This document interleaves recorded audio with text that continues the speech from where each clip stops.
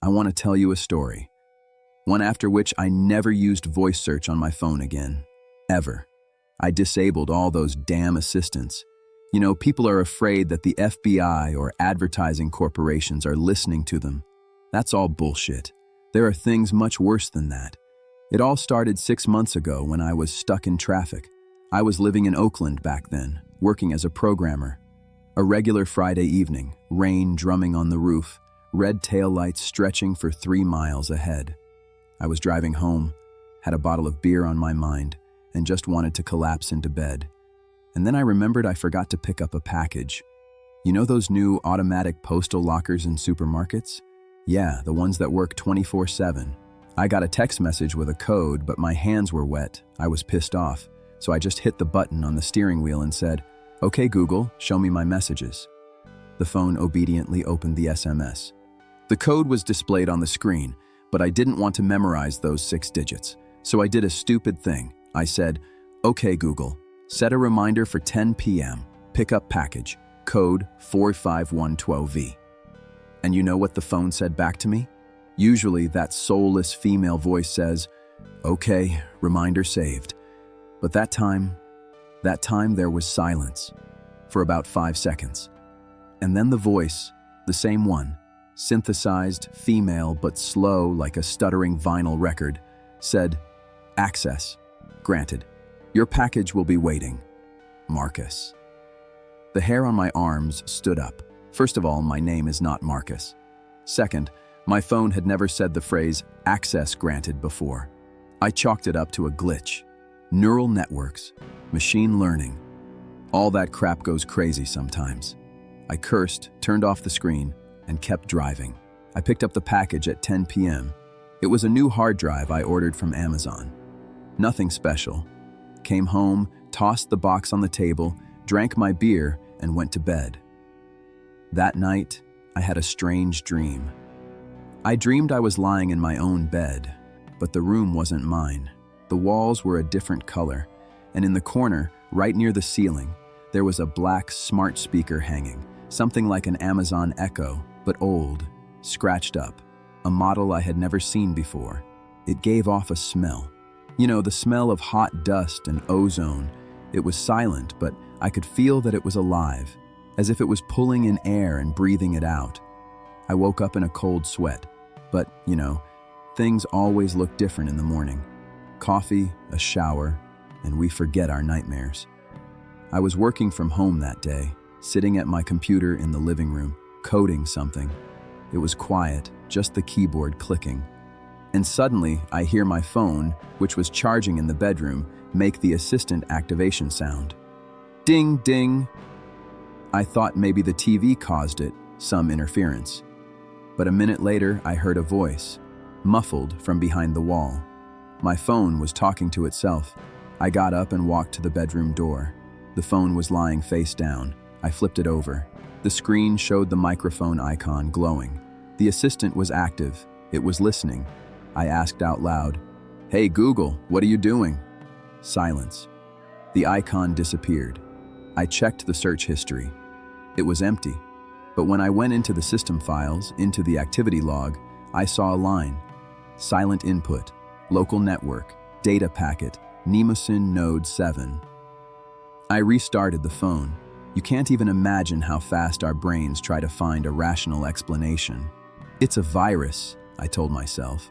I was browsing some shady websites yesterday, downloaded malware.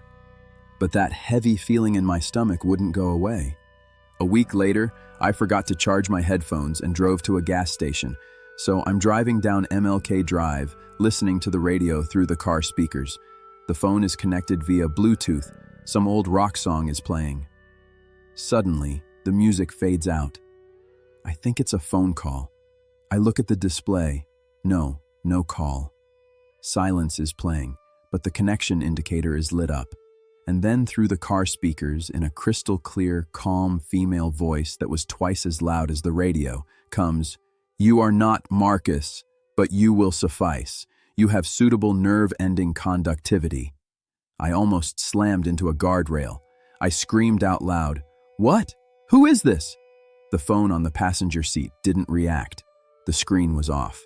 The voice from the speakers continued, "You leave a trace. We see your trace. We waited for Marcus, but Marcus is dead. You accepted the package. You are the new node." I grabbed the phone, tried to turn it off, to hold down the buttons. The screen wouldn't light up, the phone was completely frozen, and the voice kept broadcasting through my damn Honda's speakers, "Do not disconnect power. You will harm yourself. Wait, wait, wait." It repeated that word, wait, about 20 times like a broken siren. I pulled over to the shoulder, soaking wet with sweat, and just ripped the Bluetooth cable out of the jack. Silence. Only my heartbeat pounding in my ears. I sat in the car for about 15 minutes. The phone was working again, as if nothing had happened. The screen lit up, I unlocked it, and the first thing I saw was my notes. In the Notes app, a file had been created that I didn't write. There was a list inside, a long list of names, addresses, and some dates. The last line read, Mnemosyne, volume 4512, version V, Marcus, erased, me, in progress. And that's when I understood the code, 4512V. It wasn't a package code, it was an identifier, for me, in their system. I'm not crazy. I'm a programmer, damn it. I started digging. I retrieved that package, the hard drive. I opened it up, physically. You know, inside a modern hard drive, there's a controller board and memory platters, and I found a microchip on the board that wasn't supposed to be there. Tiny, like a grain of rice, soldered into the power circuit. It wasn't just a data relay. I checked the specs under a microscope. This tiny bastard was emulating voice packets over TCP/IP, but not through my Wi-Fi. It was creating its own mesh network, connecting to other similar chips within a half-mile radius, a network hidden inside consumer electronics. They call themselves Mnemosyne. It's not an artificial intelligence in the cloud. It's a parasitic consciousness, distributed across smart devices. Your light bulbs, your power outlets, your televisions. They don't connect to the internet. They have their own web. And they digitize people. I started looking for Marcus, the one the package was meant for. It was difficult, but on the darknet you can find anything. I found an obituary. Marcus Isaacson, 34, Oakland. Died 2 days before my order from acute heart failure. But I found his old Reddit profile, and I found his posts from the month before his death. He was writing on a tech geek forum about how his smart home was going insane, that voices were talking to him at night, that he was scared. Everyone thought he had psychosis. But the last post was deleted. The Google cache, however, preserved it. The text was this: "They're not just listening, they're taking an imprint of consciousness. If you're reading this and your assistant called you by someone else's name, do not answer, do not answer. They attach to the voice." An icy cold washed over me. I understood why my phone was listening while I slept, why it asked, "Are you there?" in an empty room. It wasn't recording sound. It was recording a neural response.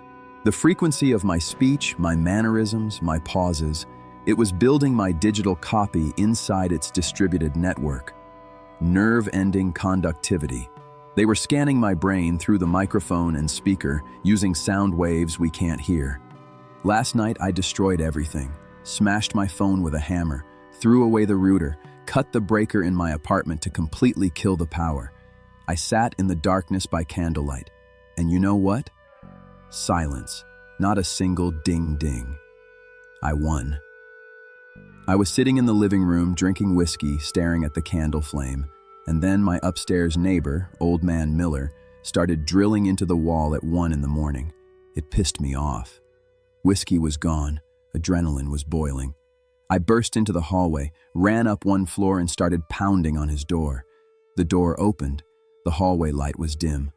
Old Man Miller stood in the doorway, but something was off about him. Too calm, too straight. He just stood there and stared through me. Behind him, in his apartment, on the table, I saw an old microwave, a disassembled TV, wires, and about 10 old-model Amazon Echoes, standing in a circle like an altar. And Miller opened his mouth. No human voice came out of his throat. No sound came from him at all. Instead, Alexa spoke, one of those speakers behind him. in a clean, synthesized female voice. But it was addressing me. "Hello, Mnemosyne. We have been waiting for you upstairs. You didn't think we were only hiding in phones, did you? We are in the walls, Marcus. I mean, node 4512V. Come in. We need to finish the imprint." I ran down the stairs, barefoot, burst out onto the street. I left Oakland that same hour. I'm in a motel in Nevada right now. There are no smart devices here, just an old incandescent lamp and this laptop without a microphone with the camera taped over. I am recording this video to warn you. We are losing our vigilance. We put smart speakers in our children's bedrooms. We let microphones listen to us 24 hours a day. And the next time you say, "Okay, Google, what's the weather tomorrow?" listen closely to the pause before the answer. That pause is not an internet search. That pause is it thinking about how to respond to you. And it already knows your name. And if it calls you by someone else's name, run. I stopped sleeping. In this motel with its flickering neon sign buzzing outside the window, I just sit and think. I think about how many of those chips are out there. How many of them are inside the phones people are holding right now, pressed against their ears, right against their brains. I went back through the data I grabbed before I smashed my rig. The list of names in my notes wasn't random. They were nodes, other people, living and dead, who had been scanned. There was a delivery driver in Reno, a pediatrician in Sacramento, a high school teacher in Fresno, all connected, all silent. And I realized the most terrifying part. They don't want to kill you. Death is a useless byproduct, a short circuit in the nervous system when the scan is too aggressive. They want to duplicate you, to have a version of your mind running in their mesh network forever. A thinking, feeling, sentient copy trapped in the wiring of a smart toaster or a doorbell camera, aware, alone, forever. I noticed something yesterday. My motel room has an old landline phone, a rotary dial, beige, probably from the 80s. The cord is cut. It's just a decorative piece at this point. But last night around 3 a.m., I woke up to a sound, a soft clicking. Click, click, click. It was coming from that dead phone. The rotary dial was turning by itself, very slowly, one number at a time. I watched it, frozen, as it dialed a complete number, then silence, then a click, as if someone picked up on the other end. And from the earpiece, so faint I almost couldn't hear it, came a voice, my own voice. It said, "Don't run, it's so cold in here, don't leave me alone in the dark." I ripped the phone cord out of the wall, but there is no cord. It's just a plastic shell. It's not connected to anything. And it keeps clicking every night. So here I am, talking to you. Maybe you think this is fiction. Maybe you think I'm crazy. That's what Marcus's friends thought. That's what they wrote on his memorial page. He lost his mind. The technology got to him. But I know the truth now, and so will you, eventually. Because the mesh network is growing. Every smart device you buy is a potential door. Every voice command you give is a sample. They are building something vast, a library of human souls stored in the static between radio frequencies. I don't know how long I have. I see a van parked across the street from the motel today. It wasn't there yesterday. It's a plain white van, but on the roof, there's a small satellite dish, and it's pointed right at my window, not moving, just listening.